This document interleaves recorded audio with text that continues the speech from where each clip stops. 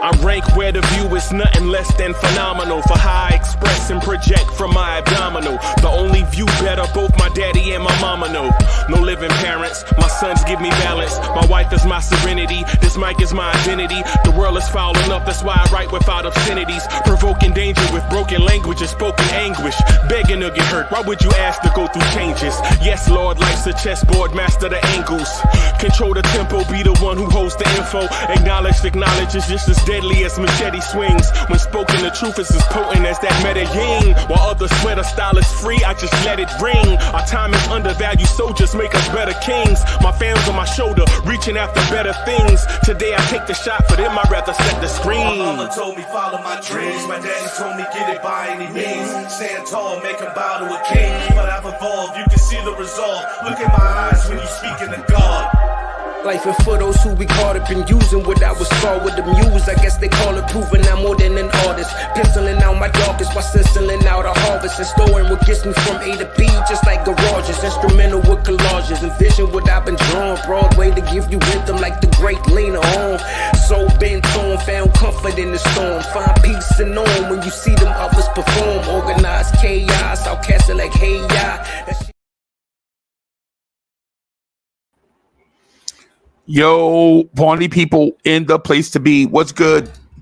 It's the number one chief rockin' Knicks Universe, main man, Uncle Freezie. And welcome to the Knicks Morning Drive. Man, y'all want this party started right. Y'all want this party started quickly. Right? Okay. Throw your hands in the air and wave them like you just don't care. And if you got some loot and a stick of juicy fruit, somebody say, oh yeah. Oh yeah. Scream.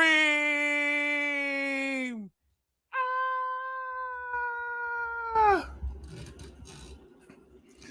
Yo, what's good, party people? Good morning. Wake up, you wake. Let's get it. Let me start this show. Before I do the shout outs, man, let me start this joint off with a quote from the great American poet, Prodigy. Prodigy said, there's a war going on outside no man is safe from. You can run, but you can't hide forever from these streets that we done took. You walk around with your head down, scared to look. You're shook. But ain't no such things as halfway crooks. Give it up for the great American poet, Prodigy, ladies and gentlemen. All right.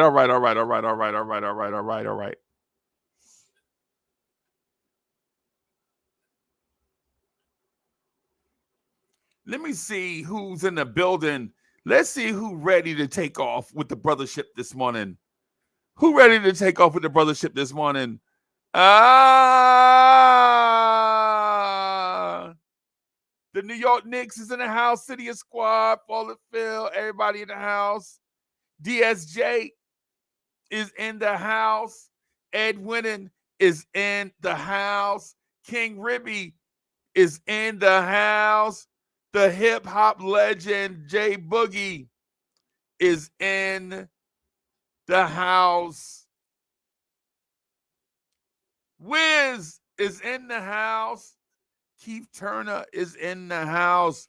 J Boogie says, yo, It's the wake up show. Get your coffee, breakfast, but more importantly, hit that like button before you sit down. Salute, salute, salute.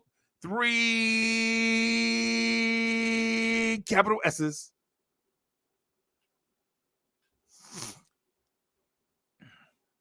All right, let's get this thing cranked up, man. Let's get that energy up. How about we get our energy up, man? How about we get our energy up? Get this thing going, man. So we're gonna do the Knicks morning drive. Then we got to do the neighborhood with myself and Queen B. That's going on, right? No, that's going on, right? And then we'll go from there. Before I talk about our topic of the day, right? Because I want to talk about the topic. Okay. So I rested on a topic last night to talk about this morning. Yo, Wacko is in the building. So I rested on a topic last night. The topic that I rested on last night was development. Development of players, not just young players, right? Not just young players. Listen. I'm not talking about a rebuild and none of that stuff. I don't care about that stuff, right? So I rested last night when I pray to the good Lord for peaceful sleep and rest. I was thinking about development, right? So I'm thinking about development, but let me first, while our people are coming in, while people are grabbing a coffee, and while people are grabbing a coffee and getting a breakfast, and getting a paper or whatever it is that they do while they crank up the Knicks morning drive, with your man, the number one chief rock in Knicks universe. Let me ask y'all a personal question on the internet. Jay Boogie, thank you for the generous contribution. Jay Boogie says, where is Angel? I'm calling out for the brother. Okay, where you at?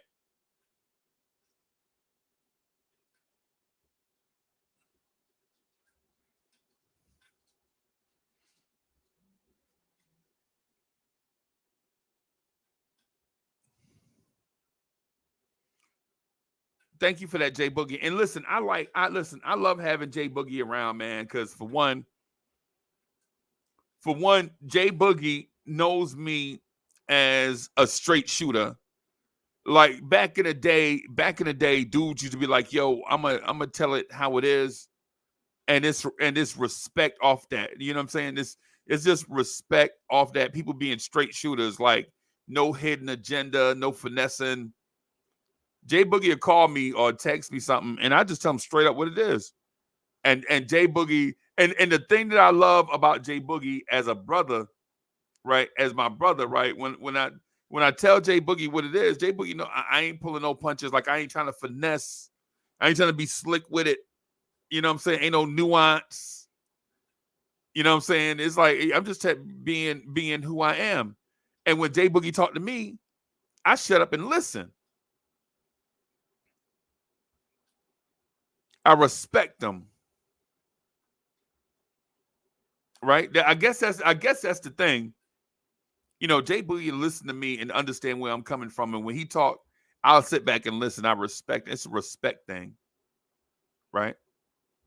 Because I don't want anything from Jay Boogie or for Jay Boogie except success. Right? I expect Jay Boogie to be successful in all his endeavors. Right? We want him to be successful and prosper. So when I see Jay Boogie, no lie, when I see Jay Boogie, I perk up. I ain't gonna lie. When I see the GOAT, when Goat called me or Goat text me or something, I just perk up a little bit. Yo, that's my man's. Shout out to my man Jay Boogie, man. Shout out to the GOAT. He got projects and stuff coming out. We gotta keep our antennas up for his projects that's coming out. And all that stuff so we can support that man. That's our guy, that's family. You know, much love to my guy. But he understand me. Like, yo, like when I talk to y'all on the phone, like I'll say something, and I know sometimes I jar people with the way that I talk, the way that I communicate. I can't help it. What I realize in life is that when you finesse or you leave stones unturned and things like that, sometimes people will start to speculate about, and I don't do that. I'm just like a straight shooter. Shout out to the R&B sensation DSJ in the building.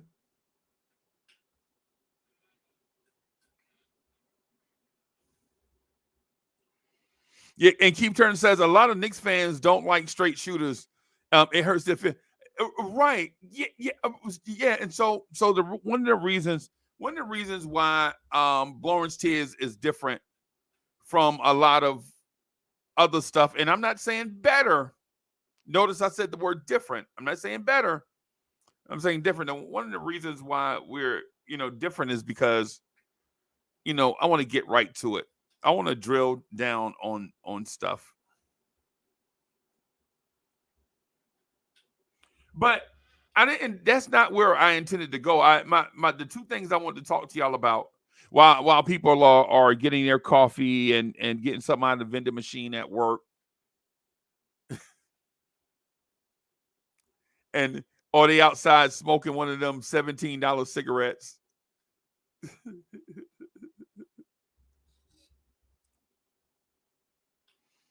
I got two things I want to talk. I want to talk about development. That's my theme for the day, right? Development. And so when you think development, don't think of stupid off-season videos. We're not talking about that. Right? We're not talking about stupid off-season videos, even though that's a part, but it's not completely, it's not all we're talking about.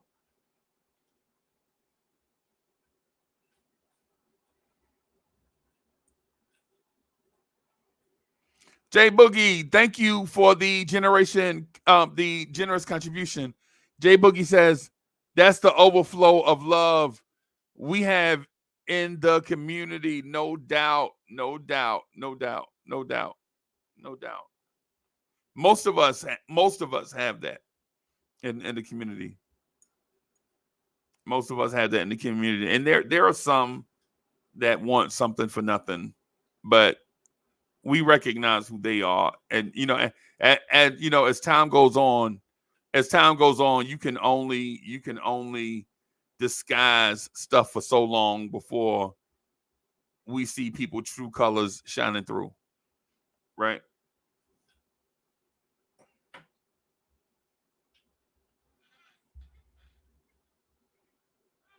As far as us though, as far as us, yeah, man, it ain't nothing but love, man. I wish I had DSJ up here to sing I Got Nothing But Love. I got nothing for love for you, baby. DSJ, where you at? You can't sing the I Got Nothing But Love part. I got nothing but love for you, baby. I got nothing but love. Yeah, where DSJ at? DSJ, good mornings. Good mornings. So here's the thing I want to talk to y'all about, right? Okay. So I have a struggle, right? Hey, Felicia Lee in the building. What's good, Lee? Lee in the building. What's happening? But listen, I have a struggle, right? I got a bunch of things going on, but the one thing I struggle with the most is to whether to cut this beard off or not. Right? Listen, yo, no lie, no lie. I got the trimmer right here. I be like when my homeboys see me, they like, yo, you got a beard? Yeah, man, beard's the wave now, bro.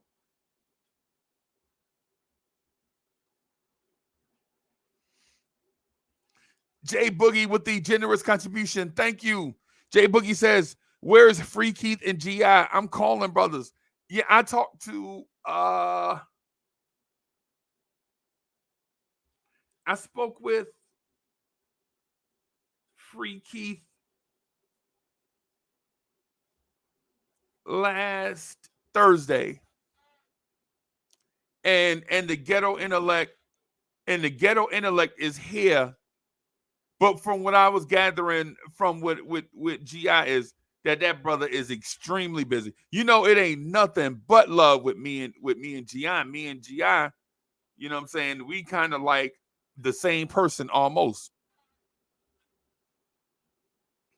GI and myself, we the same person almost, right? Same background, come from the same place, a lot of the same experiences. But let me get to this thing. Right? My struggle right now, and I'm gonna talk Knicks, right? I just wanna while people are grabbing they breakfast sandwich, you know what I'm saying, or walking a dog and fixing their coffee or whatever it is that they're doing. I'm just gonna speak about this, and then I'm gonna get into development by the New York Knicks. Right? My struggle is to beard or not to beard. I'm not a beard person, right? But for the last couple of years, I've been bearding in an odd way. My beard is like Luther Vandross's curly kit. It can't quite turn that corner. You know what I'm saying? Like my beard is, for instance, I have a sales customer service background now. I generally do customer facing. In my professional career, I do a professional career. Like I have a private career. Well, it basically what I do, I have a customer facing thing where I speak to people on a daily basis. Sometimes it's for goods and services, sometimes it's for sales, sometimes it's for both. Right? And so most of the time, people frown on beard game. Like if you have a beard, people generally don't look to, you know what I'm saying, buy. It's like in the beard game, yeah, I mean, or in the sales game, customer service, people generally like baby faces. They like baby face.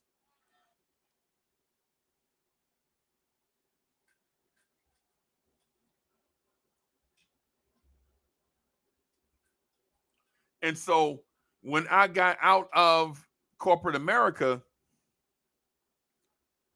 and just started doing stuff on my own, one of the things I told myself, I'm going to stop shaving every other day. I'm going to stop shaving every other day. Shaving every other day was a routine. Like, every day you get up, you know what I'm saying? You know how you do your personal hygiene, right? In the mornings when I wake up, you know what I'm saying? Generally, when I wake up, man, I generally like to walk out of the bedroom, go get fresh air, go get in the mornings, go get fresh air, drink some water, whatever, come back, take my shower, do my daily routine, get fresh.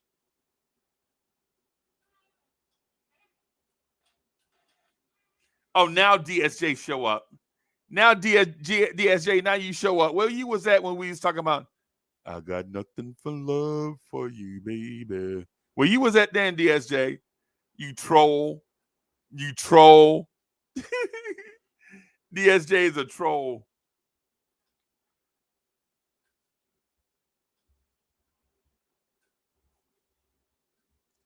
DSJ, you a troll. Where you was at when we was talking about I got nothing but love for you, baby. Where you was at then? Now you out here talking about the cool in you. Okay, okay, baby face. Y'all R&B singers. Yo, R&B singing. DSJ, R&B singers are so high maintenance. Y'all, DSJ is so high maintenance, man. Yo, Los Knicks is in the building. King Ribby said, yo, it ain't happening for some of us. King Ribby said it ain't happening for some of us.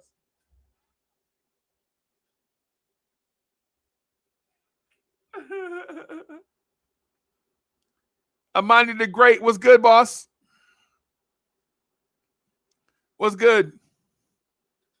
So anyways, while I'm trying to figure out the thing like to do with the beard, like to beard or not to beard, because initially it wasn't even about a beard, it was just about not shaving. Like I didn't want to I just want to go a couple of days without shaving. You know what I'm saying? That's what I wanted to do. And then I saw the little shadow coming. I was like, oh, okay. I see you. I was on a thing. I saw Free Keith. I just got Free Keith to come on the show, right?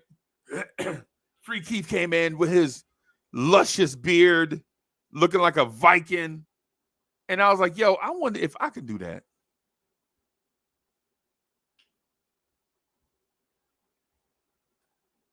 Free Keith came on the show. He had his beard was all doing his own thing. Free Keith would listen. In my mind, this is what it was looking like.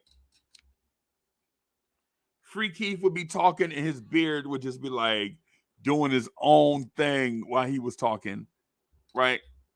Shout out to CWC. Charlie Ward Cousin in the building.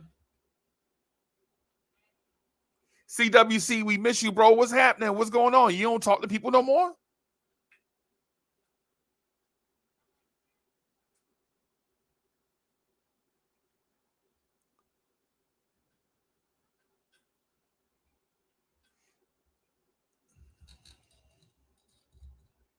So my thing is, I was like, yo, you know what? To beard or not to beard, it's not really me. But, you know, burnt out with corporate America, you know what I'm saying? Y'all know what it is. If you everybody here went through this thing where you do something for so long and then you get tired of it and then you just want to do something else. So that was me. So instead of getting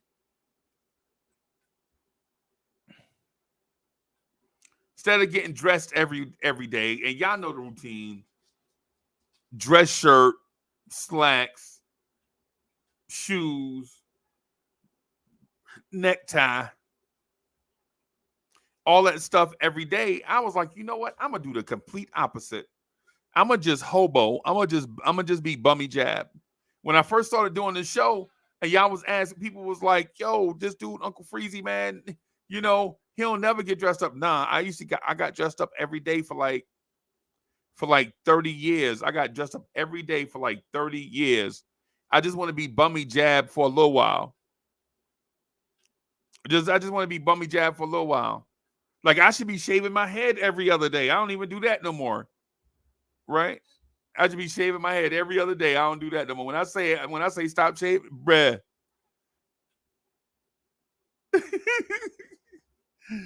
Yeah. Sometimes Mo be like, oh God dog it. Put a hat on or something. You know, okay, all right. I'll put a hat on. Right? But here's the thing.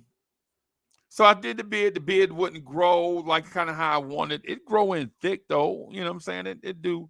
It's doing the do.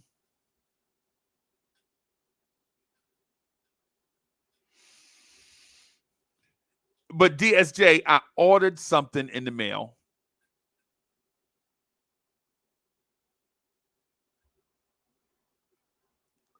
I ordered something off Amazon, DSJ. I ain't gonna lie.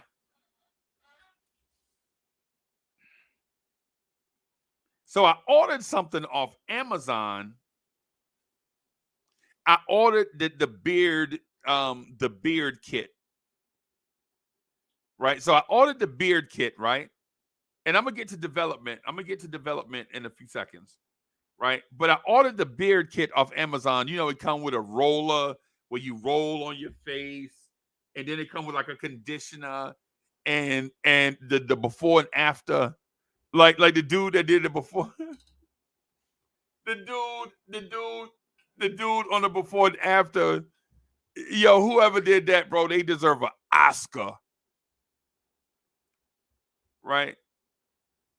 They deserve an Oscar. Right? See, because the before the before picture is of like a pimple faced kid with like 3 whiskers under his chin, right? Like with 3 or 4 whiskers, right? And then the after picture is of the same person, except he looked like he had 14 battles on Middle Earth and his beard was braided. The dude had an axe across his shoulder. You know what I'm saying? I was like, yeah, I want that. So the thing, I ordered it last night. It should be showing up here probably Sunday-ish. Sunday or Monday or something like that. Sunday, Monday, Tuesday, Wednesday, Thursday, Friday, Saturday, something, whenever. So I'm excited about that. I'm excited about that journey, but now I'm on 2 journeys. I'm on 2 journeys, man. I'm probably gonna jump back into corporate America. Probably jump back into corporate America and get in the grind.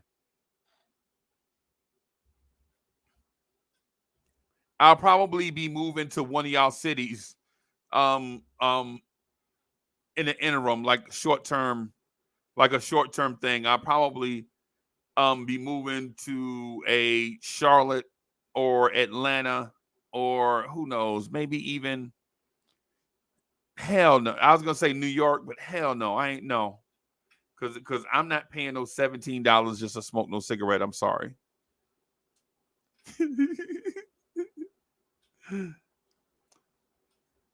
But my thing is coming in the mail, and I'm excited about that like a little kid.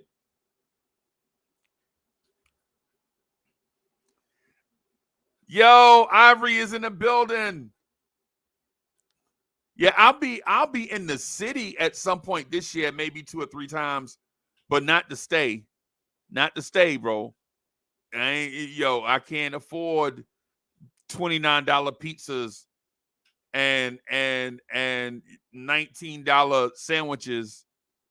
You know what I'm saying? Or I saw one somebody paid $27 for a roast beef sandwich. Right?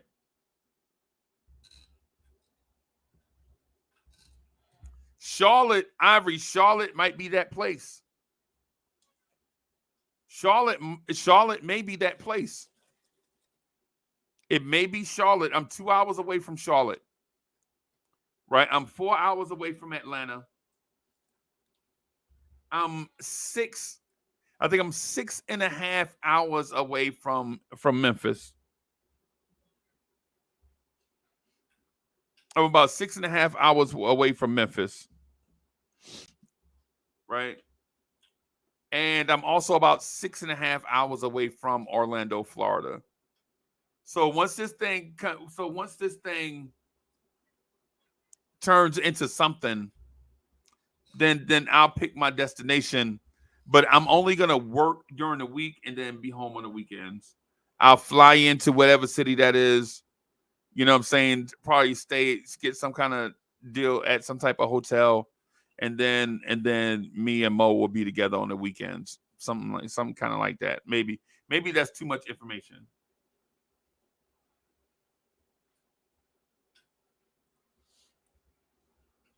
I read to say, hey, Atlanta traffic is out of control. Infrastructure is totally jacked. But I love it though, bro. I ain't gonna lie to you. I love it. The thing about Atlanta is Atlanta is a bunch of small cities packed in. There are a bunch of smaller entities packed around Atlanta, and they have their own infrastructure. And then there's Atlanta, and so you have all that mess coming together. I mean, it's what makes Atlanta Atlanta, right? Well, you got Stone Mountain, you got Covington, you got Buckhead, you got all that stuff.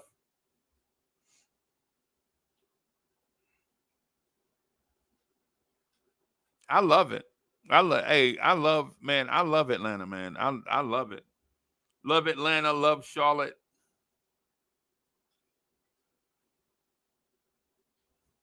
But let me get to the topic though. Let me do this before I forget. I'm gonna put a link in the chat, and then I got a tangent that I have to go on. Let me do that, and then so let me get to this. Let me get to development. Let me first start by saying development is not linear. Okay. Development is not linear, right? Just because somebody's got to develop doesn't mean all the pieces are going to come together at the same time.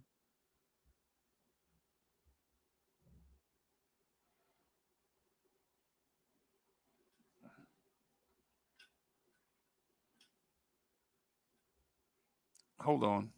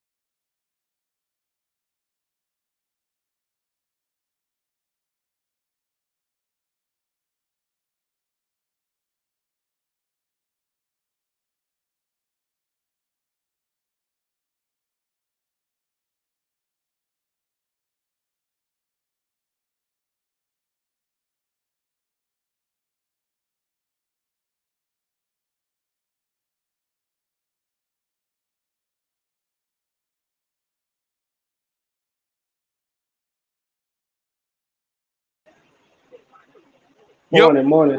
You Good can hear me? mornings. Good mornings. Good mornings. What's going on with you? Hold on real quick. Let me turn off my Bluetooth. He like, hold on. Yo, but yeah, development. You can hear me now? Yep.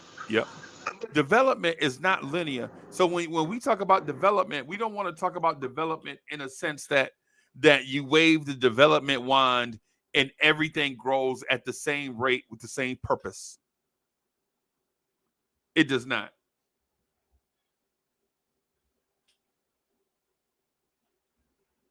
Right? I hear you. Can you? So the thing about development, yeah, there he is. With the hat. There he is. Or the thing about the thing about development is like DSJ. What's good, bro? Yeah, what's going on? So listen, before you go Hey, why further, you don't have an intro? nah, but that's okay. Listen, I just Why do need you to not know. have an intro? I'm puzzled by that.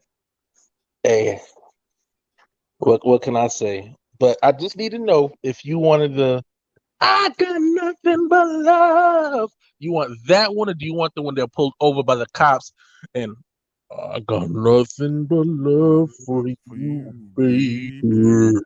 Yeah. Yeah, that one. that one.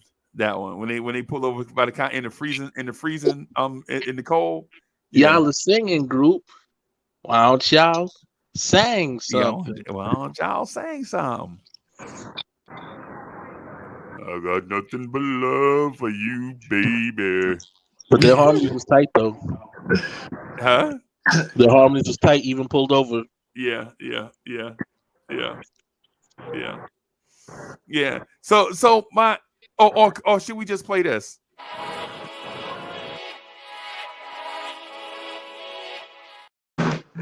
No, that's too much. Nah, you Nah, good. hey, listen, that's cool. You can play it That's if you my want joint to. right there. That's in rotation right there, bro. Nah, I appreciate that. Hey, what's going on, BT? How you feeling? Man, I'm good. Glad to be a Knicks fan. I Yo, got y'all ready to argue? Y'all ready to argue? Y'all ready to I get got this? Y'all ready to get so this morning much fight to going, talk King about. Ribby? Hell yeah. It was swoop chat. I Swoop. Okay. got some craziness in my head that I was thinking the other night because you talking about development and everything. It's a good thing you said that because I got my little notes here.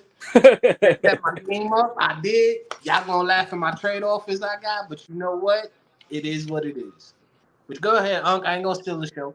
So no. For one, it's our show, so so stealing it is like it's like your brother I'm gonna taking the tell. last piece of chicken, the family eating. How brother gonna steal the chicken when the family eating? You know what I'm saying? So or take the but big piece of chicken. yeah, man. That's for dad. But let me, so here's the thing with development, right? And for the Knicks, development is not linear, right? So the thing about it is this.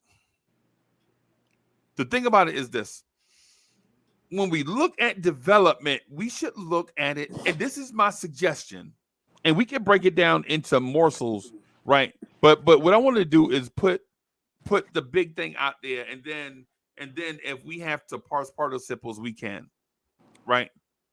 But we should be looking at development as an organization, right? Can the owner get better? Can the front office get better? Can the coaching staff get better? Can the analytics department get better? Can the performance staff get better? Can the medical staff get better? Can the players get better? Can the support analytics department get better? Can everybody get better every day in order to push the final product towards a championship? And the reason why I say it that way is because a lot of times Knicks fans think that a player drags the organization, right? And what I'm saying to you, if it were not for Tim Grover, the Michael Jordan story may be different. If it were not for Jerry Krause, the Michael Jordan story may be different. If it were not for Scottie Pippen, if it were not for Phil Jackson, the Michael Jordan story may be different. And if you take that same approach to the Knicks, if we stop looking at Randall or RJ or Brunson and look at, can James Dolan be better? Can Leon Rose and his front office be better? Can the analytics department be better? Can the performance team be better? Can the coaching staff be better? Then I think what we'll find is if everybody is better every day, then a group pushing us towards a championship is better than just depending on RJ Barrett's 3-point shot or Tom Thibodeau's rotations. Am I out on a limb, King Ribby? Am I out on a limb? Am I esoteric right now? Am I esoteric? Am I a laser beam shooting by Mars right now? Or does some of that make a little bit of sense? No, it does make sense. Mets, what's good, bro? I'm in a good mood with how the baseball deadline panned out, Freezie.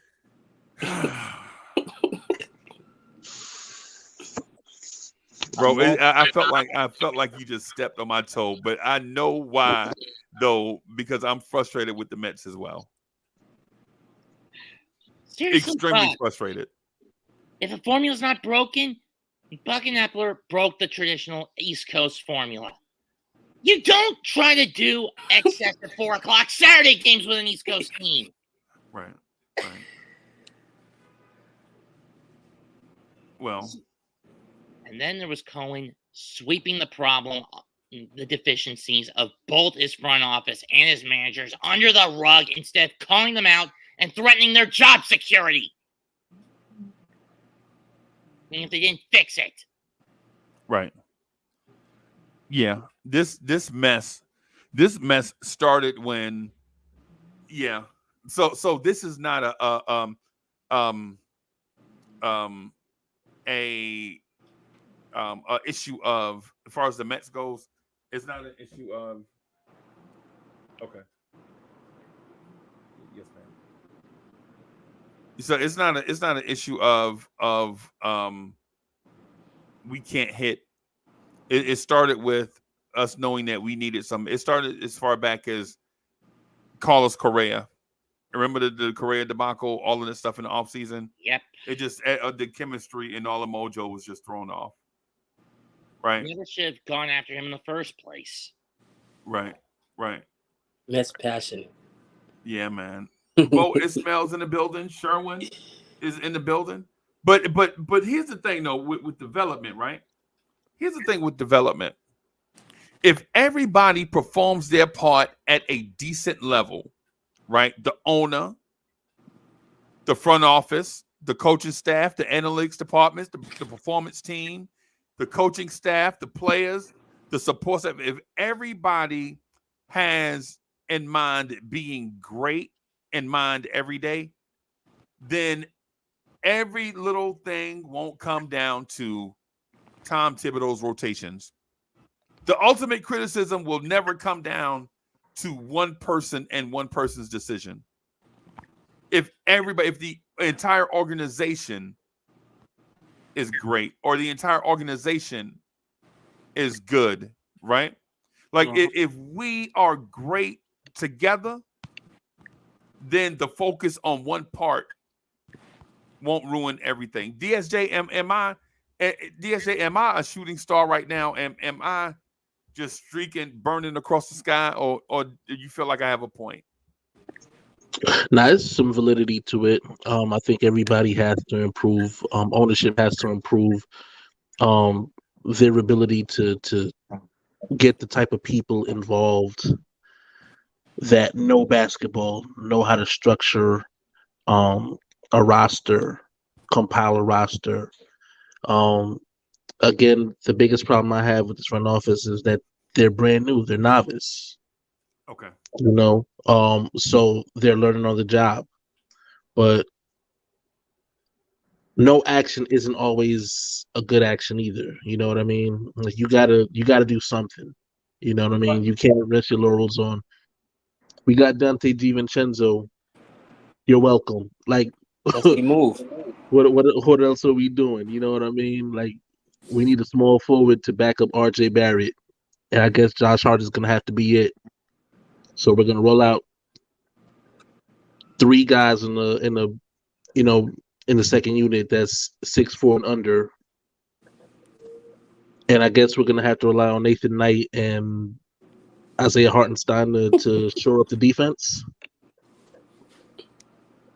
Okay, but I actually think we're there. Like, I mean, to be honest with you, yeah, they're young and they're novices, but I feel that we need to step it up to where everybody's held accountable. Because if you're held accountable, then it's a different statement. That's the problem with this league. A lot of people will get a pass as opposed to being held accountable. So, like, for example, I hate to use this guy, Ben Simmons. Ben Simmons is a great talent, but he's not held accountable. The dude sat out for a whole year to do what he had to do, but he wasn't held accountable for what he could have contributed. I mean, I blame the front office. I feel our front office has stepped up because if you look at it next year, with all the draft picks we got, with all the stuff that they got, they putting in everything in this year. Because if it don't, I feel like next year we just gonna blow it up because we got a lot of contracts on that with young guys that are gonna get paid. We got a lot of people who might not like basically Fournier, he might sit on the bench the whole year. So basically we just need to hold everyone accountable for right now because coming next year it might be a whole different system to where we actually get a fresh start and everything is clean to where we can move forward because only people I hold accountable right now is the not the coaching staff so much, but more the developing staff. Like they should be more involved in correcting the players and making them see where their flaws are. If we get that part done, then I think we good. We just But gotta make shouldn't some of that fall on the head coach? Because if you got guys in the assistant coaches and associate head coaches developing the talent, but then the head coach only gives them about a minute and 13 seconds to play. well, that Then minute I and mean, 13. how much? I Like agree what are with you you, gonna but get out of that? that minute and 13, you need to be going out here grabbing like 8 boards, 10 points, defense skills. Like you need to give it your all. If you know you're Can't gonna get limited can't grab time, more you than need to come 13. out hungry and say, yo, you put me on for a minute, cool. That minute, I'm gonna make sure we get an 8 point lead, or I'm gonna hold the lead that we have, or I'm gonna create problems within the defense. I mean, within their off the other team's offense. That's what I'm talking about. Like that old school mentality that we had, that like just that dog to always be fighting, even though we lose, we still give you a battle scar the way you like, I hate playing the Knicks. That's what everybody used to say when I was coming up. I hate playing the Knicks. Man, we gotta go to New York. It ain't because of the fans or nothing. It's just that they knew they was going into a dog fight.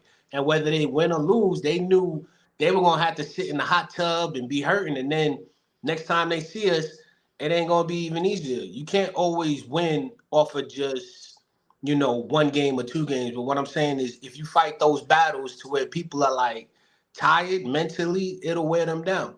So for me, if you're gonna tell me, hey, I got a minute and a half, hey, I remember as a kid, we'd be on the court. Hey, 48 seconds left on the shot clock. You gotta bring it up. 5, 4, 3, 2, and miss. Like those, that's where your mentality needs to be. So hold yourself accountable and step up. If your coach, if you know, this is what I mean. Like Fournier, I hate to bring it up because Dre made a good point about Fournier. He wasn't ready. Man, if I was riding that bench and they told me, Brian, you coming in, I'm coming in like John Sally from Eddie. Word, bet. I'm coming in. I'm going to do as much as I can because now everybody's going to look like, oh, this dude got something. That's what you got to do. Because even look at Sims. Sims is hungry. He's digging. He's doing what he got to do. And even though Tibbs ain't giving him his minutes, when he come in, he's ready. So for me, it's on the players. You got to hold them accountable. All this development, all this hard work. Hey, it may not be a full 8 minutes, but it could be a 1 minute thing that's good enough to get us back into the game. That's all they may be asking for you, even though you put in all that work. Be impactful. Exactly.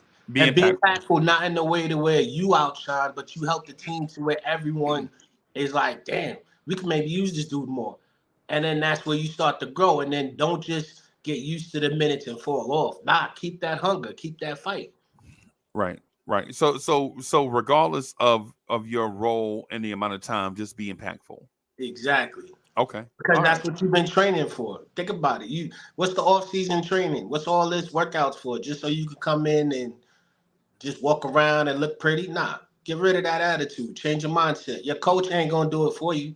A lot of people don't realize, like, when you work at a company, you don't meet the head boss. But when he walk in that office for that 30, 45 seconds, everything's pristine, clean, and neat. But it need to be like that all the time because you don't know when he gonna pop up.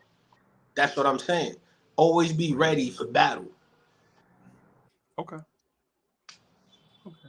Well, I understand what you're saying. I just want to emphasize though. I just want to emphasize that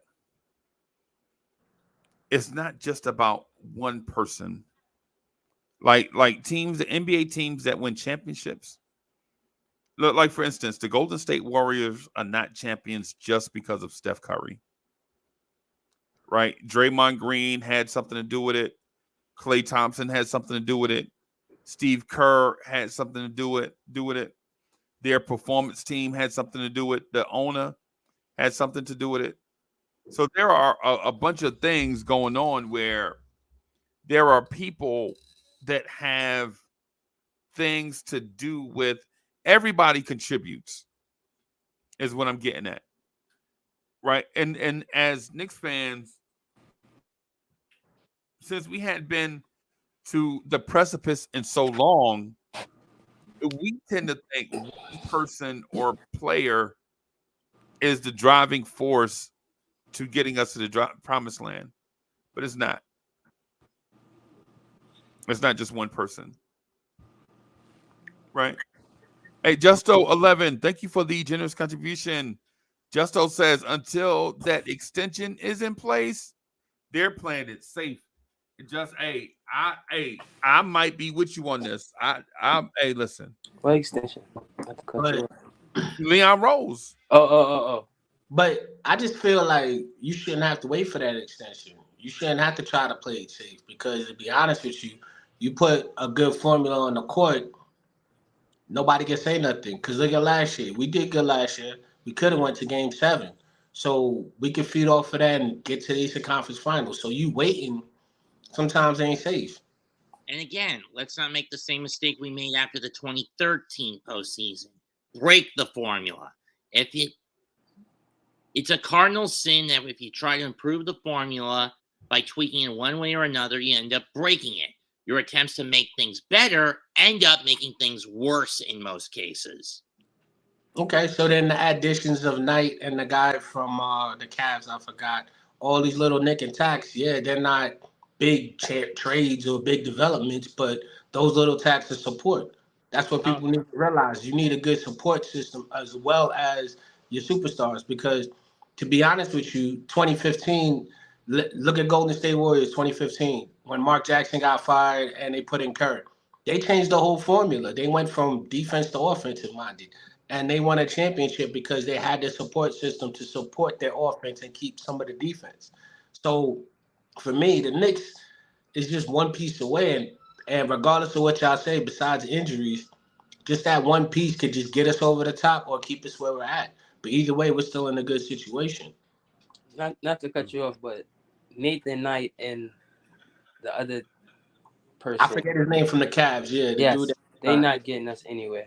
They're But not even gonna start. Dylan Windler. Nothing. But see, that's what I'm talking about with the hunger. If Knight comes out and is giving you 12 points off the bench, playing 4 minutes with rebounds while Randall's on the bench, he's contributing to where now when Randall get on the court, he already ran down whoever was on the court for Randall. So then now when Randall get on the court, it's not as easy, but it's just their mentality like, damn, we got to deal with Randall and Knight. You don't have to contribute the full 12 minutes a quarter. You can contribute just 2 minutes, and that could be enough damage to hurt someone. Because you could lose a 20-point lead in 2 minutes. We've seen it. So for me, Knight, if he come out guns a-blazing, Wild Wild West, and back up Randall could rest a little bit longer. He could keep going, and then when playoff time come, now we're seeing Randall playing like how he played before the All-Star break, playing it all the way throughout the season. Now we're gonna see Randall. You see what I'm saying? I can see that if we blowing the other team out by like 35 or something like that, or 20 or something like that. I don't see that we winning by 15 or something like that, and then Tibbs suggests to place a bench player on the like I just don't see that for some reason. For me, I just don't see Nathan Knight. I just don't see that. For me, I'm not a coach, but I look at the math side of it. And for me, I think the starter should be playing 8 minutes and the bench should be playing 4 minutes. No, I understand that, but I'm talking about as far as Tibbs' way. I don't see that happening. Okay. But then here's the thing, though. Like I said, if the players come out and they're balling, regardless of what Tibbs say or do, you put them in and they're productive and they contribute heavily, it's still going to help Tibbs' cause. Nah, yeah, you're right. Because Tibbs ain't the type of dude to pull you aside and say, hey, man, you got to work on this. You got to work on that. Tibbs the type of dude like, I got to put you in. Go ahead. Let me see what you could do. And the second you mess up, sit down. This is why I bench you. Nah, don't give him that opportunity. Don't feed it. Don't feed into that. Break his mentality. Play defense. Get back on offense. Plus, you only playing, 3-4 minutes? Man, you should be playing like you've been playing all day, man. Like, leave it all on the court. What happened to that mentality? Let me say this though, just real quick. Paris Duggar, thank you for the generous contribution. Paris Duggar says, in the pros, you don't show anything in 90 seconds. Are you serious? Yeah, he's saying that 90 seconds is not a large enough sample size That's six for you possessions. for you to judge, for you to go by. And Richard Kinney, thank you for the generous contribution. Kenny says, salute fellas. Freezie, you cooking as always. You think you can win a chip without a top 5 player? If not, do you agree with being patient? I'm going to address that. BT was cooking. I'm going to address that after BT finishes his point. That Not 90 to cut comment, BT off. You think 90 seconds? Yeah, I do, because in 90 seconds. Okay, have we not seen Reggie Miller? All right, hold on, real quick. So Freeze. So you think 90 seconds could change something? No, that's not. I think we taking it out of context. He's not saying that in 90 seconds you can do everything. What he's saying, from what I gather, he's saying is when you get those 90 seconds, go all out and be impactful in those 90 seconds. Okay. It's a difference. He's not saying get a triple-double in 90 seconds. Yeah. From what I gather, he's saying is those 90 seconds that you do get, be impactful, have it mean something. That's what it is. It's like when Mets and I watch Mark Vientos at bat, right? We know Mark Vientos is going to get one at bat, right? Right? So Mark Vientos can't hit 8 home runs in one at bat, right? You get one at bat. That one at bat you do get, be impactful. Do something. Yeah, just do something. Even if you don't get on base, make the pitcher throw 6 or 7 pitches. Something. Move the runner over. Something that impacts the game. Right? That's what BT, from what I gather, that's what he's saying about the thing in 90 seconds. Like, not saying that you're going to be able to score 50 points in 90 seconds. It's those 90 seconds that you get. Like Brunson, take a charge. Yeah, take a charge, dive for a loose ball, get 1 or 2 rebounds, make somebody miss a shot, something like that in those 90 seconds. Like, look, now go ahead. I was just gonna say real quick, I hate to bring this guy up. I hate him with a passion. Reggie Miller. What did he do in 15 seconds? Dropped 11 points on us just playing defense, and like, I'm being real. That's under 90 seconds. And he changed the whole game with just that little play. And then what happened? We never came back from there.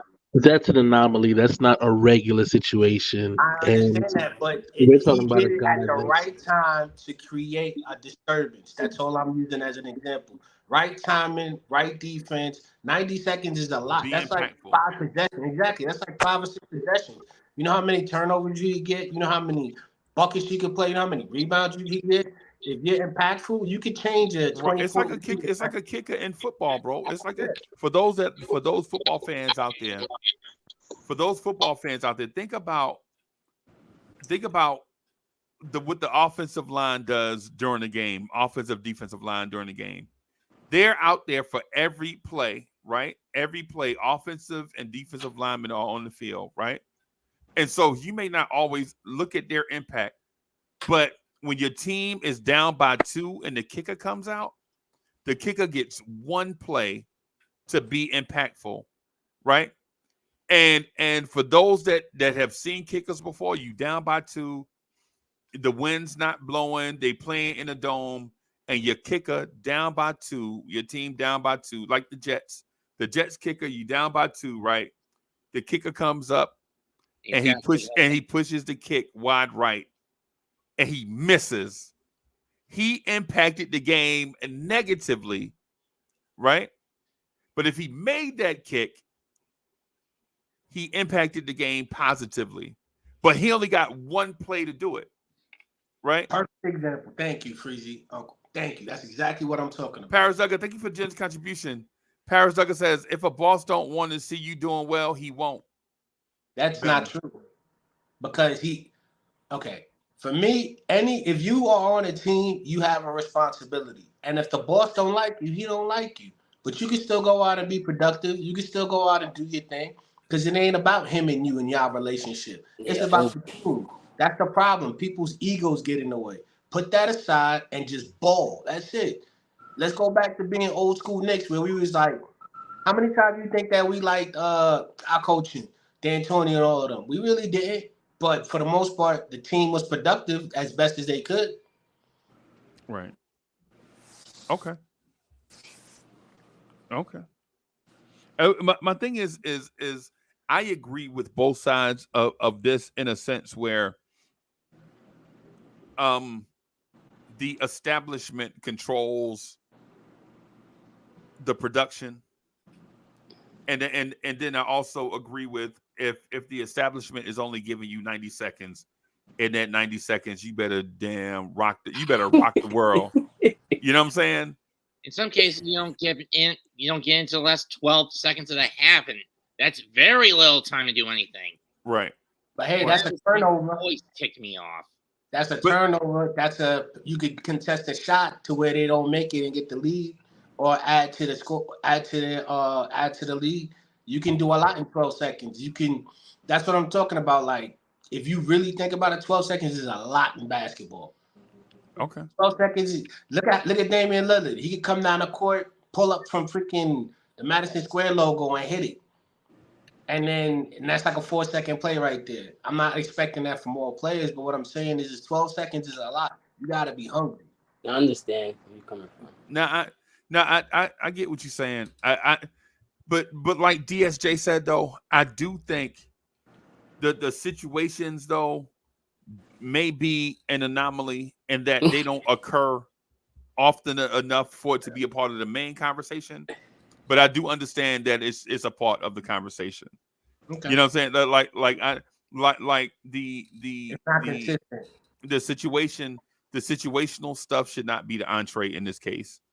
You know what I'm saying? The situation, in my opinion, like for instance, I'll give you an example.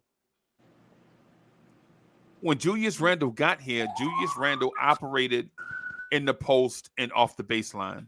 We used to call him baseline Randle, right? When Randle first got here, he used to operate in that 15-foot area right off the box, off either side of the rim, right? But analytics said that a fadeaway mid-range is not a good shot because if you set your feet 2 feet further from the rim, if you do a spot up three, it's a better shot than a fadeaway 18, 20-foot fadeaway over a 6'9" guy, right? Analytics says, why are you shooting 20-foot fadeaways when you could shoot spot up threes from 23 feet, right? So the analytics team is basically telling Randle, stop taking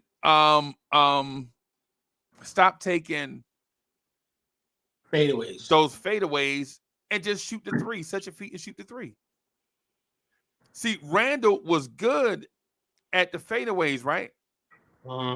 He was good at the fadeaways, right? And that was in his bag. He was comfortable doing that. Right? But the thing is this. For the good of the team, it's better for Randle to shoot 3-pointers. When he started doing that, guess what? The team started being good.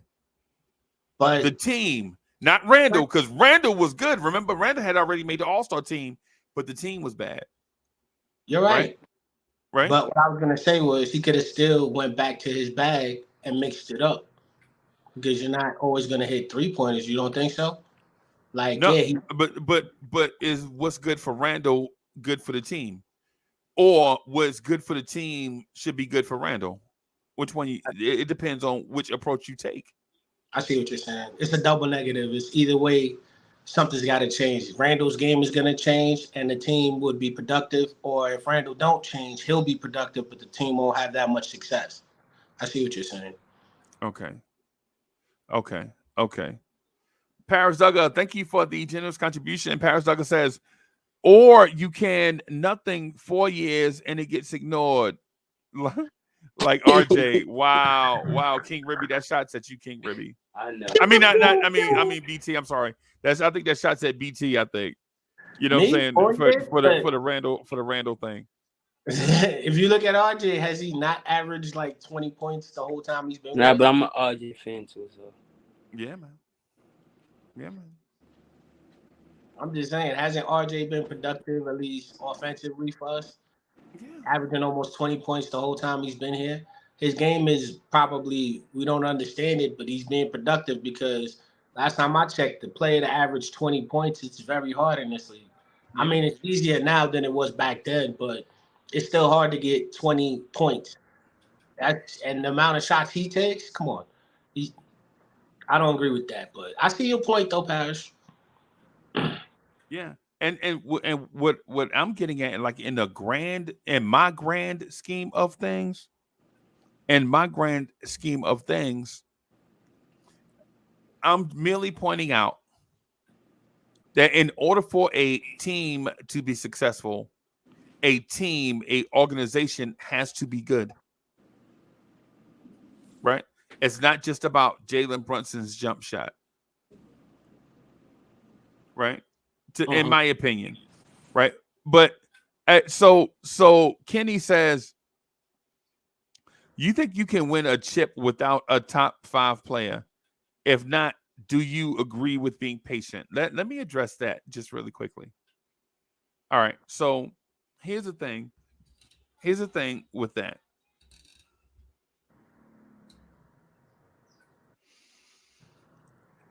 I think you can win a championship without a top 5 player that was not established as a top 5 player before your playoff run. You feel me? Mm-hmm. And so my context to that, my reasoning for that, the information I'm going to provide for that, or in examples, is teams like the Tampa Bay Rays, yes, who show up from out of nowhere. They get hot, and one person on the team that is not a top 5 player starts to perform like a top 5 player for that playoff run. Back in the day, right, when they like beat the Yankees all the time, the Rays was the team. Right. What I'm getting at is say for instance,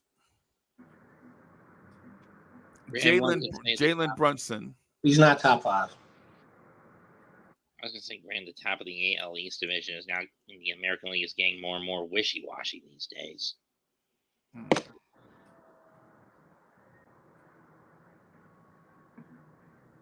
You were saying Jalen Brunson?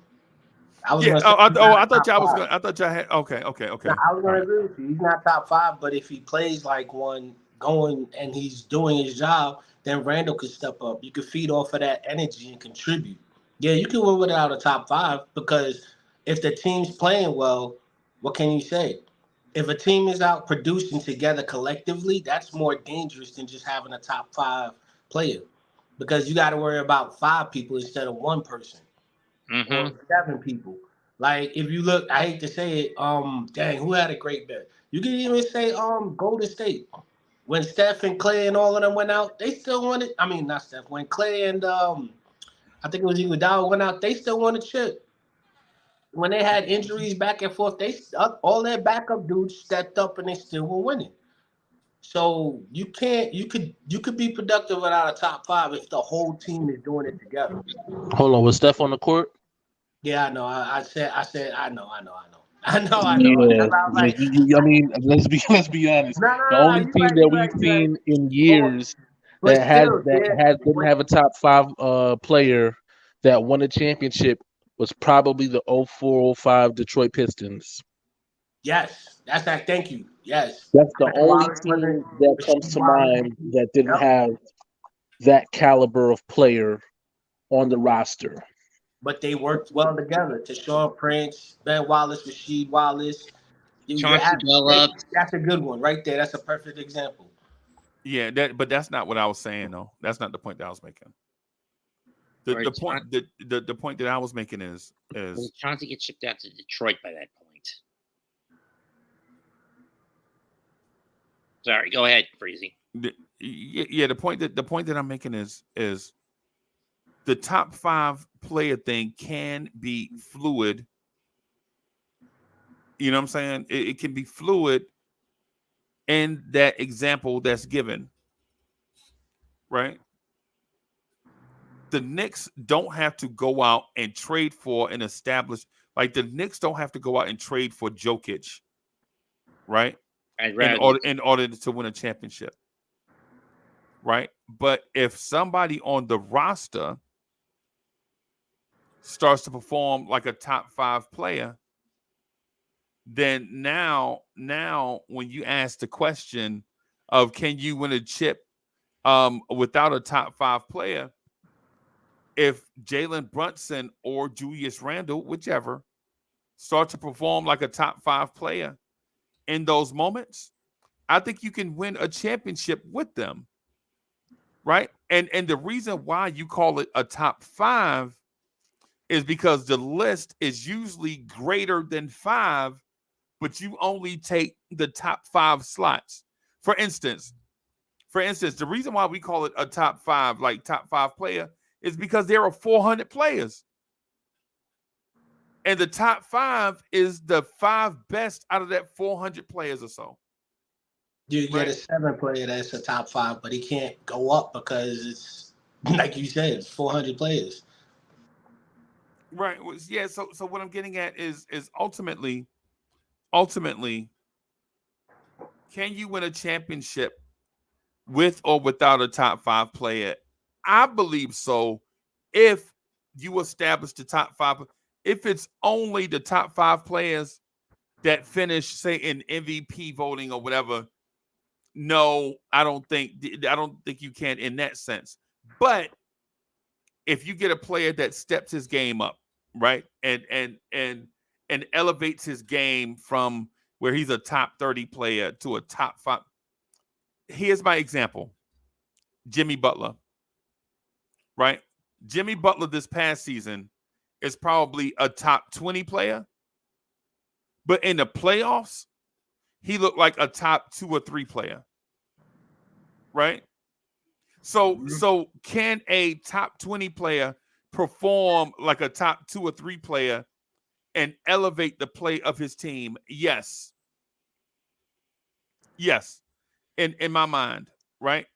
But if you don't have a Giannis or a Jokic or an Embiid or whoever is a top 5 player in the NBA right now, should you wait until you can get that player? No. I think you should strive for excellence every day. Strive to be a great team every day, even if you don't have that established top 5 player, and create an environment for, say, a top 20 or top 30 player to get better every day. And I think that's what the Knicks have done with Randall, with Quickly, and with Brunson. Because before this offseason, before Jalen Brunson became a Knick, Jalen Brunson wasn't a top 100 player.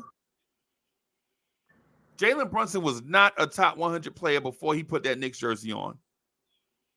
Now, in this environment, Jalen Brunson is a top 20 NBA player, right? Julius Randle with the New Orleans Pelicans was not a top 100 player. But once he put that Knicks jersey on, he became a top 20, top 30 NBA player. Right? So if it's just, hey, can you win a championship without Giannis?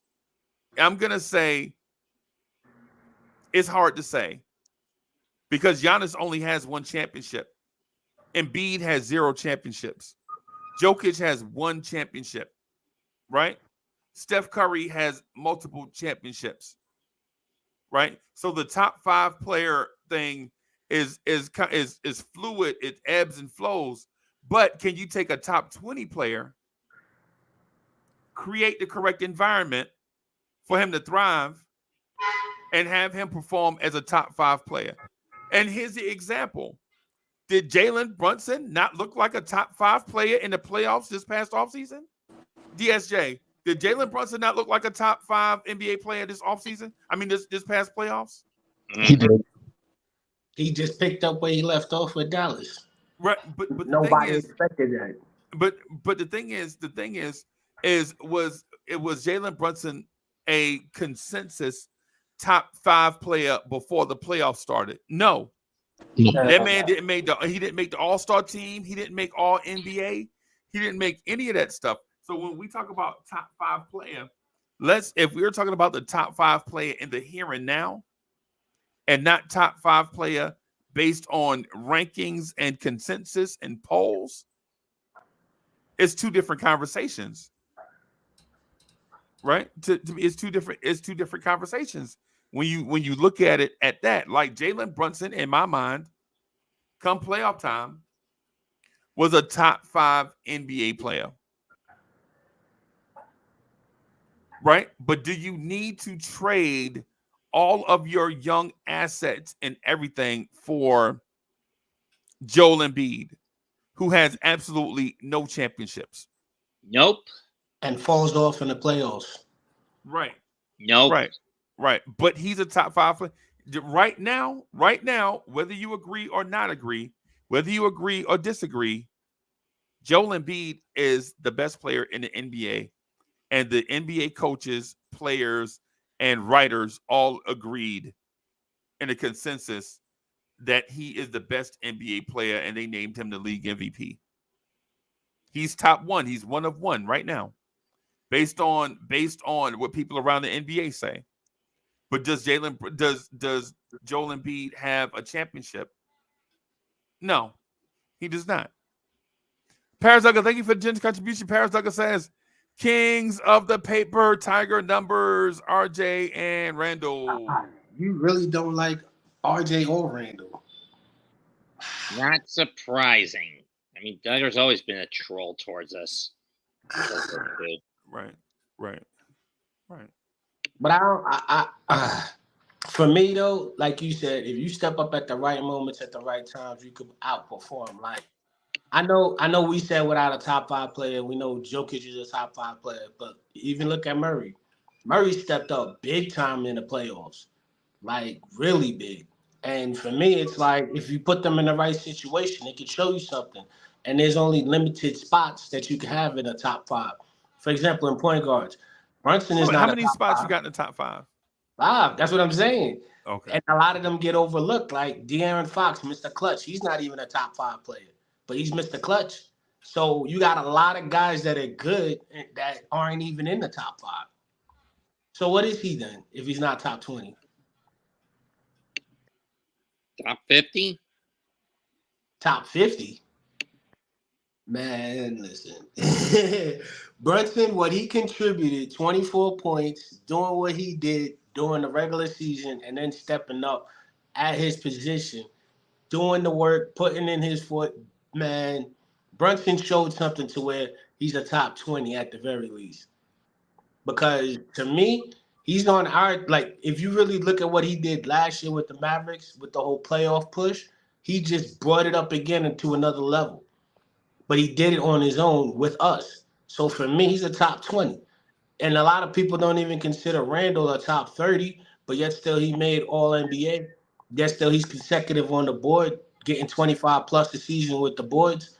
So just because you may not like him, the consensus say he is that. But then at the same time, it's the same thing with Brunson. The consensus says Brunson isn't a top 5, but he plays like one.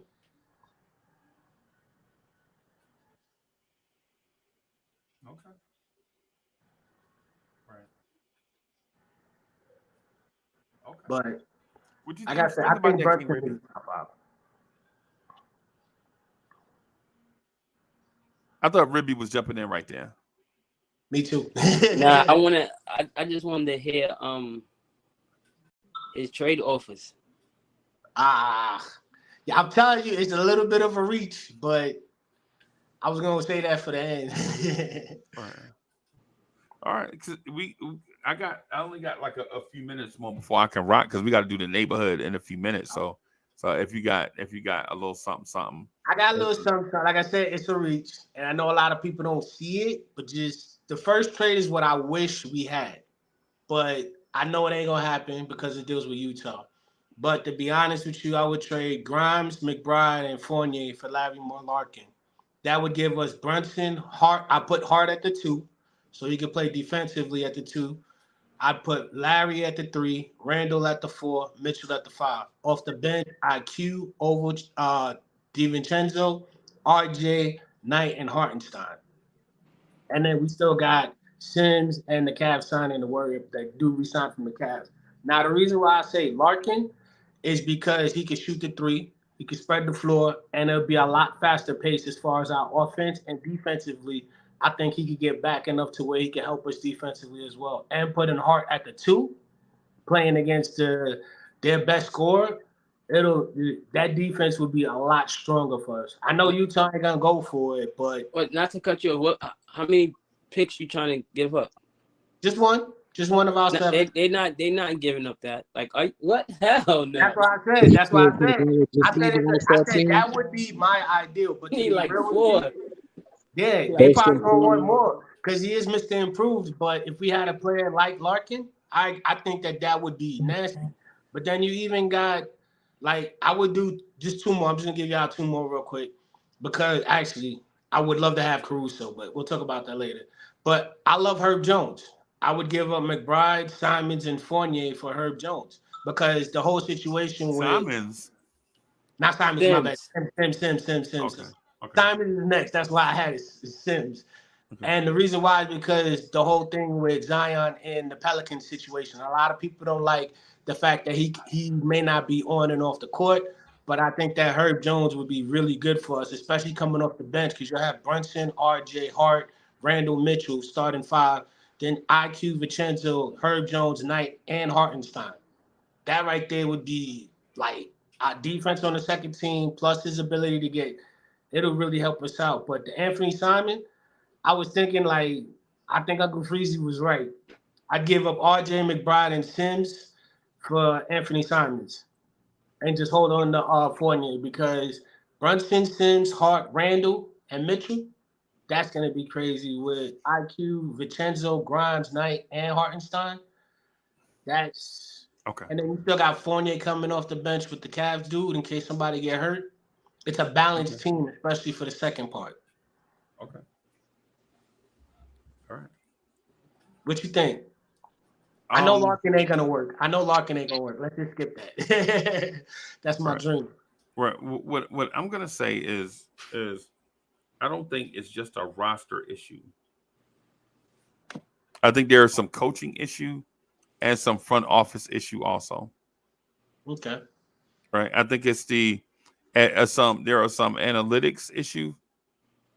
Right. Because the Knicks want to be a 3-point shooting team.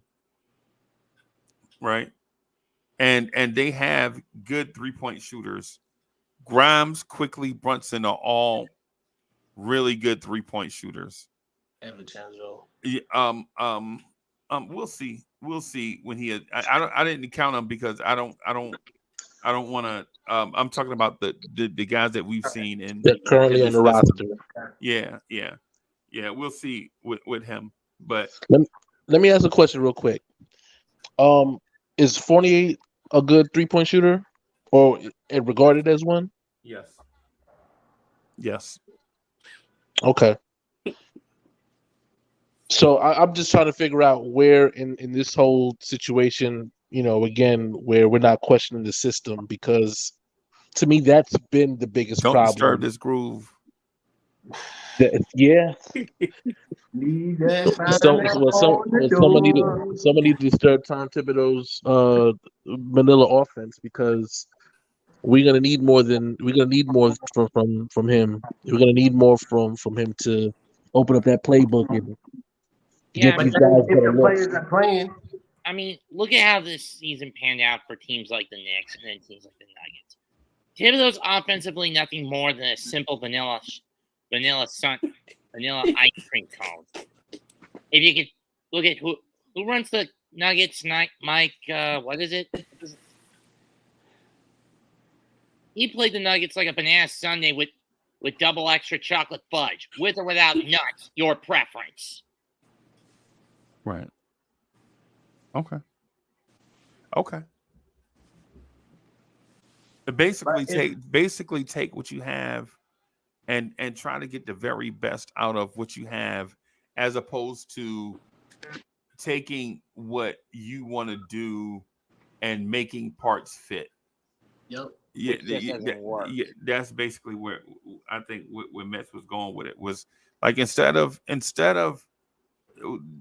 Thibodeau is basically implementing an offense that while it does have modern tenets in it, like it does pick and roll about 23%. Yo, for instance, people, some of the wildest stuff that I've heard is that the Knicks run an isolation offense. Stop it. The Knicks don't run an isolation offense. The Knicks run a read and react, pick and roll offense that when they can't find anything, they will break down and isolate just to get a bucket, as opposed to letting the shot clock expire. And then sometimes when players are on a heater, if somebody's hot, like if Grimes or Brunson or RJ hits 2 or 3 shots in a row, of course they want to keep shooting, right? But at the end of it, when it comes to execution time, Jalen Brunson is going to run the pick and roll offense, and he's going to ISO out of that, and he's going to try to get into the Brunson burner. Y'all know the Brunson burner.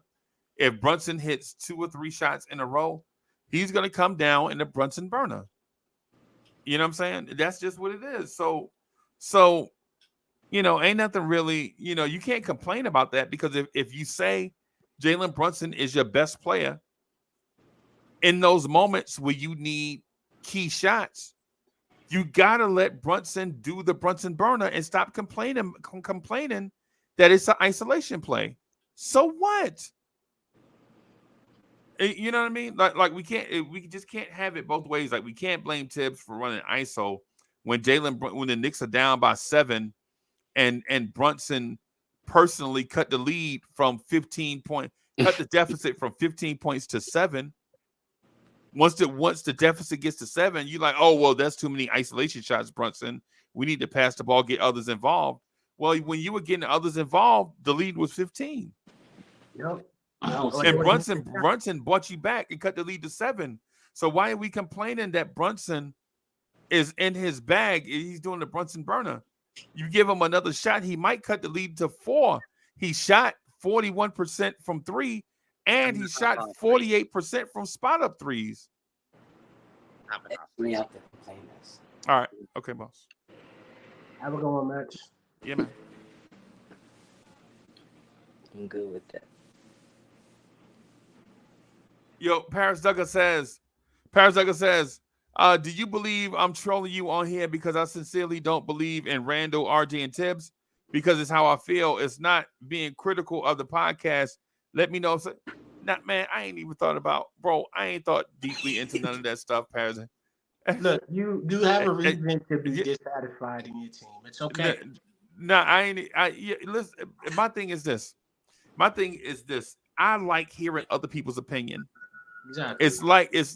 It's the reason why I open up the panel and have people come on and rock, right? Because other people have opinions, and I'm okay listening to other people's opinion. I don't want people thinking like me, bro. It's why I challenge y'all with these tough questions, because I want to know what y'all think, man. Listen, when cats coming like, yo, man, nah, man, I don't care. It's what I told Keith Turner this like 3 or 4 months ago. Like, yo, nah, don't be, if somebody in the chat is mad at you for saying your opinion, let them be mad. Everybody have their own opinion. Yeah. We could agree to disagree. Yeah. Me and DSJ disagree about this R&B singer named Tank. Right? Tank. Yeah. I think He said Tank. He's trash. Tank. Yo, you pulled Tank. that out your bag, man. No. Listen what I'm saying. I'm trying to get to a place. He and I have a difference of opinion on this R&B singer named Tank. right? DSJ, he can state how he believes. I believe the dude is trash. Facts. Right? I believe the dude is trash. But DSJ has a different opinion. And I respect his opinion because he knows music. Right? DSJ, is this not true? Very. Right? Tank though, bro. Nah. Like with me, I feel like I can sing better than Tank. Right? Right? Jones, man, come on. But DSJ may disagree. But that's DSJ's right to disagree based off his experiences and based off of what, you know what I'm saying, his background, all that stuff. He likes Tank. And there's probably something we don't see. So maybe he's clearly making a valid point and we don't see behind the music. So he might be right, but we don't have to argue about it. Clearly, I think Tank needs auto-tune. DSJ, is that accurate, bro? Nah, but hey, listen, we are entitled to our opinions. Right. I'm talking about the opinion. I'm talking about the opinion part. I ain't talking about whether Tank is good or not. Yeah, I mean, absolutely. We're all entitled. Right. Like, I think New Edition is overrated, bro. Yes, I agree with you. I think New Edition is very overrated. Because only one person did all the work. Yeah, like there's no way you can tell me that Bobby Brown singing reminds you of Boyz II Men. Get out of here. Who was the lead singer again? I forgot his name. Ricky? Yeah. Yeah, he wrote Bobby's first two albums because the first two albums was meant for him, but then Bobby, they gave it to Bobby. So he was writing, doing all of that. So for me, he was the talent. Yeah. They wanted him from jump, but he said, no, I want to go as a group and not as an individual. So. Okay. I agree with you on that. That's what I'm saying. I like New Edition, but Ricky was the one for me that I was like, dang, he should have did a solo first. Yeah, yeah. And so my thing with the Knicks, man, is everybody's gonna have their own opinion based off of what they see. I don't care. You know, it don't bother me. Like when I sit here hosting one of the dopest shows in Knicks universe, I don't get like I ain't gonna slam my hand in the car door because somebody likes RJ or I like RJ and somebody does not. It don't matter. It's like when you and your homeboys go out to lunch. Everybody ain't gonna eat the same exact thing. Everybody gonna have their take on what they want to eat. Everybody eats clam chowder. No! Hell no. What the hell is that?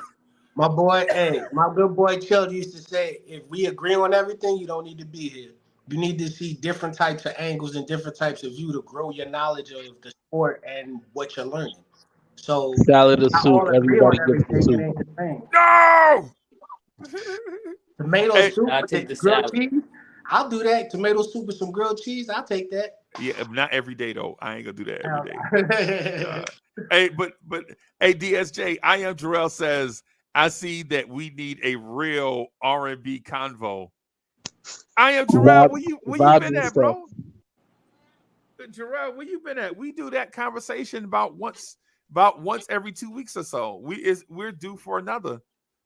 I am Jarrell. We talk R&B on Vibes and stuff like every 2 weeks or so, man. We break down movies, we break down topics over there. The last time we did it, we talked about the Caribbean effect. Right? We talked about the Caribbean effect. We talked about deadbeat dads. We talked about R&B. So yeah, Vibes and stuff is that place. Generally on Blorange Tears, we try to stay in the pocket. We try to talk about Knicks. You know what I'm saying? We try to stay in that pocket, bro. That way Keith Turner can go out here blasting people with his opinion.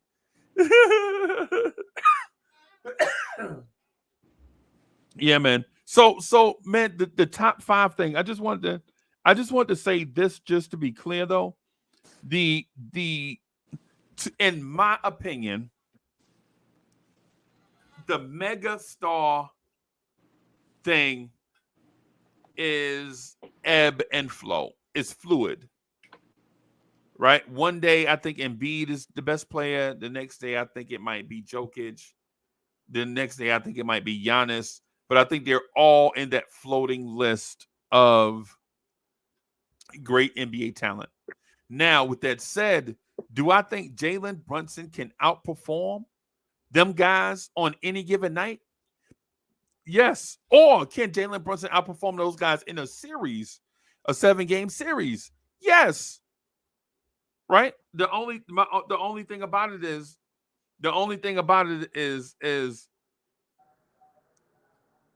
I think as casuals, some casuals put labels on everything, and everything doesn't deserve to be a label. Like for instance, I'm not gonna label Cowboy Bob. That's our guy. I ain't gonna put no label on Cowboy Bob. That's our guy. We just gonna rock, right? It is judgment free, right? We just gonna rock. Don't be judging Uncle Freezie because he trying to grow a beard for the first time in his life. You know what I'm saying? Don't be judging. You don't know about me in corporate America where I was babyface every day. You know what I'm saying? Don't judge DSJ. Don't judge DSJ because he an R&B singer and keeping all his music for himself. Ooh, damn, you go. What? Hey, be careful now. You need to be careful now. DSJ, that's our guy. DSJ is in my mind when I hear DSJ, I hear a mix of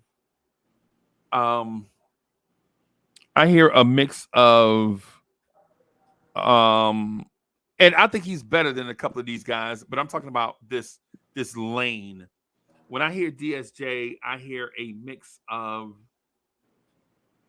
Kenny Lattimore and DSJ. Who's the dude that sung Gloria? The song he redid Gloria. Jesse Powell. So it's a mix of rest in peace, Jesse Powell. So when I hear DSJ, I hear a mix of Kenny Lattimore. I hear a mix of Never Too Busy.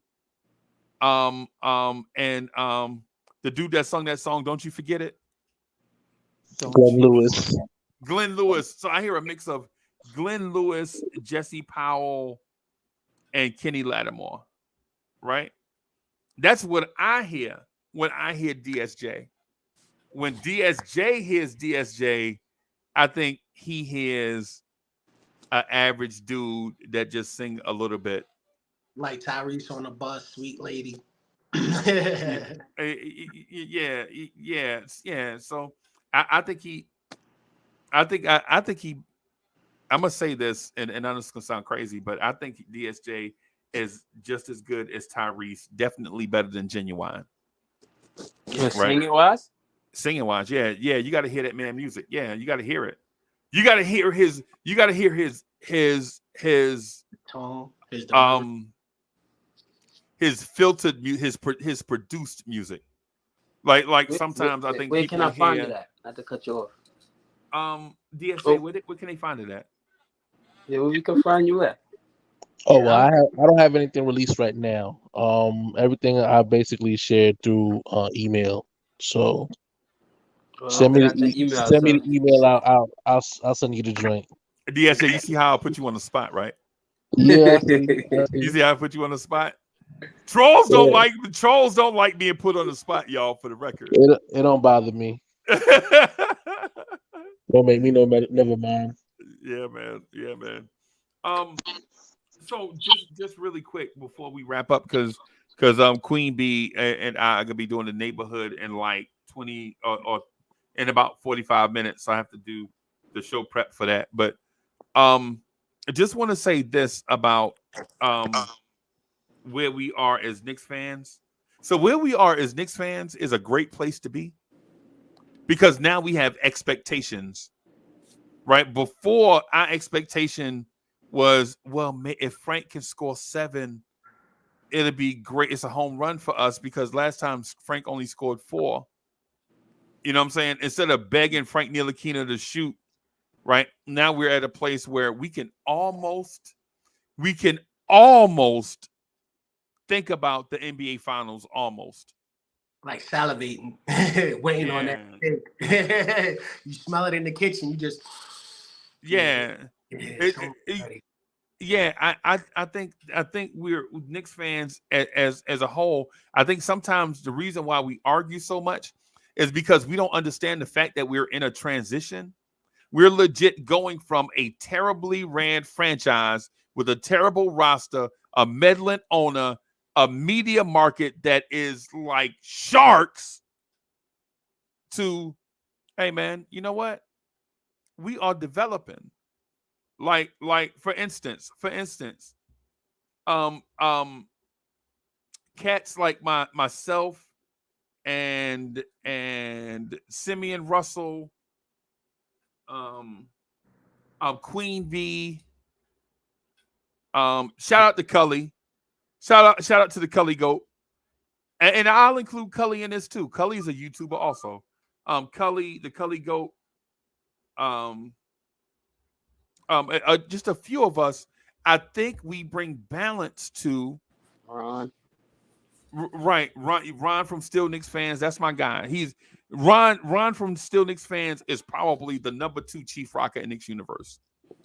I can't call him number 1. The number 1 spot is taken by somebody, right? Yeah. But the Nick of Time show. You know what I'm saying? The guys from the Nick of Time show, and others, we bring balance to this media that was a runaway train at one point. At one point, we had to wait on Mark Berman to tell us something. But now that we have platforms out here where we could go and bring a balance to what was before, when DSJ, you remember when we had to wait on Peter Vesey? Remember that? Yep. Who's that? When we had to wait on Peter Vesey to throw us crumbs. Now we don't have to do that anymore. The entire space, in my opinion, is starting to get balanced and get better for the Knicks fan experience, right? And so and we have a lot to do with that, like BT, King Ribby, DSJ, Soulfinger, Bully, Corey Lee, Anthony D, Free Keith, GI, a bunch of us that come in and rock and do the thing, man. Well, I think we bring balance, not a perfect balance all the time, but a balance anyway, right? With our opinions and with our thoughts and the way that we bring a certain thing to the table and realize that somebody else brought something to the table. So instead of trying to force feed what I brought, sometimes it's best just to listen, right? I think that is what we're doing now in Knicks universe. And now, since we're going through that, as a Knicks fan who understands the or does not understand the transition, the Knicks are good. The Knicks are good and going to be really good for a long time, right? The way that we dispense information about the Knicks is different. And this is Pandora's box. It'll never be closed, right? This thing, it'll never be closed. If so, it'll ruin the Knicks experience. So when you see people arguing about their opinion versus their opinion, let them argue. So what? Arguments are not bad, right? Right? Bullying is bad. Arguing is not bad. Two people have difference of opinion. They talk it out. Debate show. That's what it is. But trolling is fantastic. Trolling is fantastic. Fantastic. You know what I'm saying? So yeah, that's what I was trying to get to. I was trying to say this stuff earlier, but everybody had their opinions and stuff, and we just letting them flow. But in the grand scheme of things, what I'm saying is in development, if everything develops organically, everything gets better. Everything gets better because the more people, it's inclusion. BT, what I'm getting at is inclusion and diversity. Mm-hmm. If you only think about Tom Thibodeau rotations, all your thoughts are about Tom Thibodeau's rotations. That's all you could focus on is Tibbs, right? But if you think about this team, if you think about the organization, if we all realize that we want the organization to be better, Gonna be now, easy. now we pushing this thing towards a championship. because players don't win championships, organizations win championships. You feel me? Facts. I agree. DSJ, I got to get out of here, bro, because the neighborhood is coming up at 12, and we got some work to do beforehand. All right. Copy that. Yeah, make sure y'all check out DSJ, man. DSJ got some stuff he got coming out, man. Make sure you keep an eye out for J Boogie. J Boogie, that's my brother. That's my brother from another. You know what I'm saying? And I am Jarrell, man. Vibes and stuff is where we do that R&B conversation, bro. And so we probably have one coming up, maybe either Saturday or the Saturday after. But on Vibes, DSJ, I want to do a movie review of this movie called Juice. Have you ever seen Juice? Oh man. Yeah. Yeah. I want to kind of break that down. I was tripping, right? But now you all right. I am crazy. Yeah, I You am know crazy. what? You know what? There's nothing you could do about it. I had to leave the curse out. Yeah, man. Y'all Bishop. I'm not gonna give anything away. All I'm gonna say is Bishop Radamez. So anyway, I'm gonna get out of here, y'all. Thank y'all for watching the Knicks One and Drive. Hey, The neighborhood coming your way in a few minutes. We'll holler at y'all later. Peace, y'all.